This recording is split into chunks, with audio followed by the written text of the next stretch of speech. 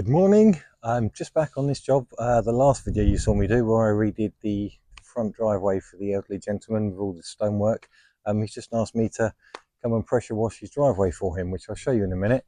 So really it's going to be one of them simple videos. It's a time-lapse video. You can sit back. I know a lot of people just like time lapses without all the chat and everything else going on. So it's just going to be one camera, power wash the driveway and then see the end result.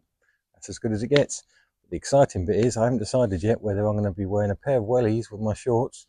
I know it's a sexy look, or some flip-flops, which I know a lot of people are going to frown out. Oh, you shouldn't have flip-flops on when you're power washing. Well, as long as you don't put the power washer on your feet, you're fine. I've done it before, mostly at home. It's fine. Anyway, either way, you can be treated to either a pair of flip-flops or a pair of wellies. Catch you in a bit. So here is a driveway. It's not big at all, but it's definitely in need of a good clean.